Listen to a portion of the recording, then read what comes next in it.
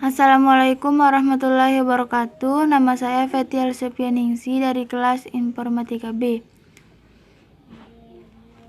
Baiklah, pada kesempatan kali ini saya akan membahas mengenai peluang. Peluang bisa diartikan sebagai suatu cara yang dilakukan untuk mengetahui kemungkinan akan terjadinya suatu peristiwa. Contohnya, di mana ada dua mata dadu yang ditos secara bersama-sama.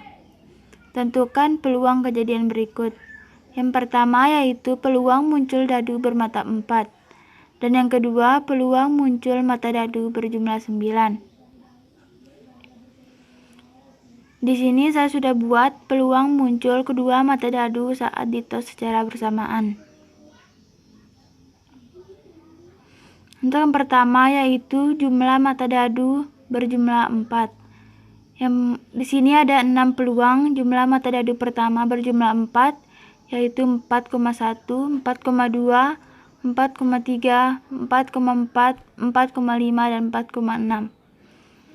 Jadi jumlah untuk keseluruhannya, jumlah mata dadu pertama jumlah 4 ada 6 yang kemudian dibagikan dengan 36 di mana jumlah seluruh peluang kedua mata dadu sehingga mendapatkan hasil 1/6. Untuk yang kedua yaitu muncul mata dadu berjumlah 9. Ada 4 peluang muncul mata dadu berjumlah 9. Yang pertama yaitu 3,6, 4,5, 5,4 dan 6,3. Yang kemudian peluang tersebut akan dibagikan kembali dengan 36 sehingga mendapatkan hasil 1/9. Yang kedua yang akan kita bahas yaitu himpunan. Himpunan merupakan kumpulan objek-objek yang memiliki sifat yang dapat didefinisikan dengan jelas. Segala koleksi benda-benda tertentu yang dianggap sebagai satu kesatuan. Himpunan terdiri dari irisan, gabungan, selisih, komplement, beda setangkup, dan perkalian kartesian. Operasi pada himpunan. Untuk yang pertama yaitu irisan. Irisan adalah suatu himpunan yang setiap anggotanya adalah anggota himpunan A dan B. Contohnya di sini untuk anggota himpunan A yaitu 1, 5, 7, dan 9. Sedangkan anggota himpunan B adalah 1, 2, dan 3. Maka A irisan B sama dengan 1. Yang kedua adalah gabungan. Gabungan adalah himpunan yang setiap anggotanya adalah anggota himpunan A atau B. Contoh di sini ada anggota himpunan A yaitu 1 dan 2. Sedangkan anggota himpunan B adalah 2, 5, dan 6. Maka A gabungan B adalah 1, 2, 5, dan 6. Yang ketiga yaitu komplement. Komplement dari suatu himpunan A terhadap suatu semesta U adalah suatu himpunan yang anggotanya merupakan anggota U yang bukan anggota A. Contohnya untuk anggota himpunan U yaitu 1 sampai 10 dan anggota himpunan A adalah 1, 4, dan 5. Maka A sama dengan 2, 3, 6, 7, 8, 9, dan 10. Yang berikutnya yaitu selisih. Selisih adalah himpunan yang anggotanya merupakan anggota dari A namun bukan anggota dari B. Misalkan di sini untuk anggota himpunan A 1 sampai 10 dan anggota himpunan B adalah 1, 3, dan 11. Maka A selisih B sama dengan 4, 5, 6, 7, 8, 9, dan 10. Untuk yang berikutnya yaitu beda setangkup.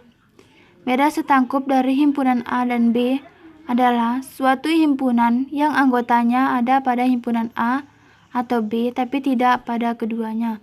Contoh himpunan A di sini 1, 2, 3 dan untuk anggota himpunan B adalah 2, 5, dan 6.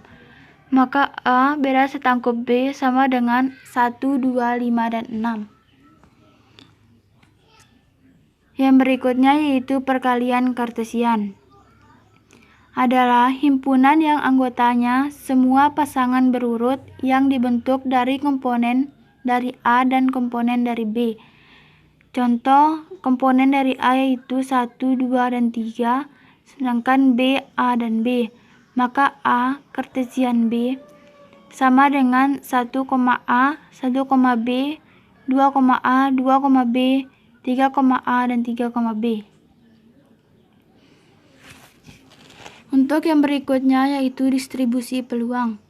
Distribusi peluang adalah semua daftar dari semua hasil yang mungkin muncul dari sebuah percobaan dan peluang yang berhubungan dengan setiap hasil. Ada dua macam distribusi peluang. Yang pertama yaitu distribusi peluang diskrit dan distribusi peluang kontinu. Untuk yang pertama kita akan membahas mengenai distribusi peluang diskrit. Hanya dapat bernilai tentu, ciri-ciri utamanya adalah yang pertama, jumlah total peluangnya sama dengan 0. Yang kedua, peluang dari suatu hasil adalah antara 0 sampai 1. Yang ketiga, hasilnya tidak terikat satu sama lain. Contoh, untuk merencana persediaan suatu barang X, suatu toko serba ada perlu memperkirakan jumlah permintaan harian terhadap barang X. Menurut catatan penjualan, diketahui bahwa permintaan harian terhadap barang X adalah berkisar di antara 0,5 unit. Permintaan ini memiliki fluktuasi secara acak sehingga tidak bisa ditentukan peluang permintaannya. Dalam hal ini, permintaan terhadap barang X dapat dimodelkan mengikuti distribusi uniform.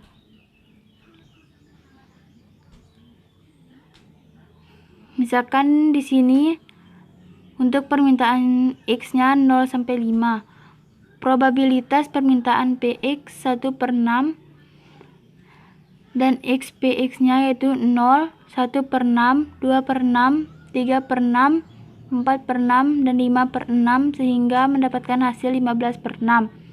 Untuk X dikurang P pangkat 2 sama dengan 6,5, 2,5, 2,25, 0,25, 0,25, 2,25, 6,25 sehingga mendapatkan jumlah 17,5.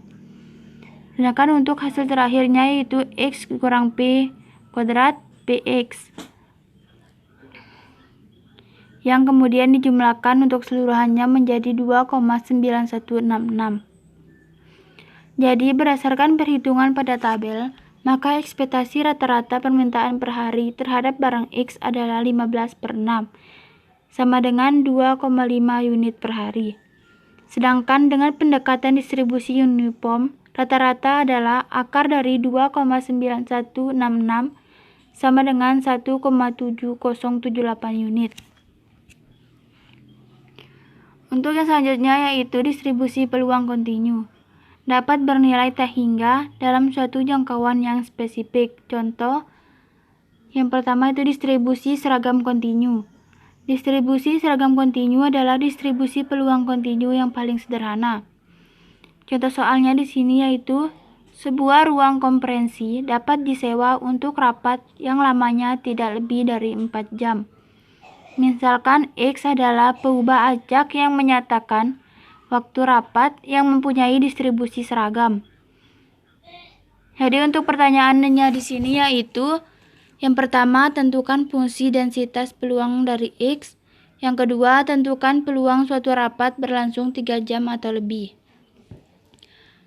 Yang pertama yaitu A sama dengan 0 dan diketahui B sama dengan 4 sehingga Fx-nya sama dengan 1/4 di mana 0 lebih kecil dari X dan X lebih kecil dari 4.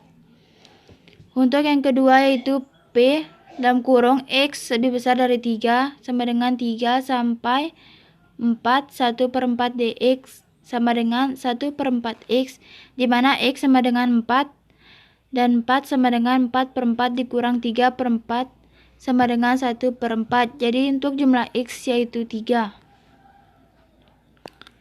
Baiklah, sekian penjelasan materi dari saya. Apabila ada kesalahan saya mohon maaf. Assalamualaikum warahmatullahi wabarakatuh.